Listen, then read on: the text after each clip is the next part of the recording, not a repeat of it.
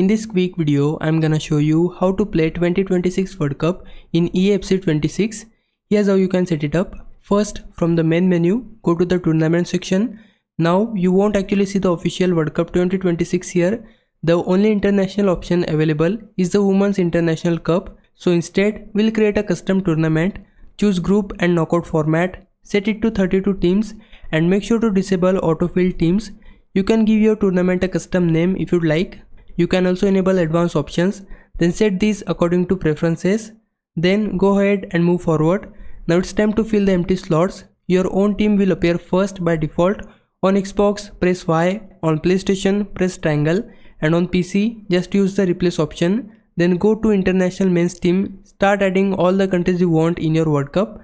One thing to remember, you won't be able to add every single national team. You'll be missing about 4 slots, so just fill those with random clubs to make up the numbers. And also Brazil isn't licensed in FC 26, so what you can do, just add the Brazilian players into any of the club team and then add that club team into your custom tournament and you're good to go. Once you are done, press options on PlayStation, menu button on Xbox or spacebar on PC. From here, you'll see your groups. You can switch between them, and if you want, you can even randomize groups. Press X on Xbox, square on PlayStation or S on PC to shuffle them. When you are happy, confirm the setup, save your tournament, and now you can play your very own fictional World Cup 2026. Now if I was a big help, can you like this video and subscribe my channel. For now, thanks for watching. Bye bye.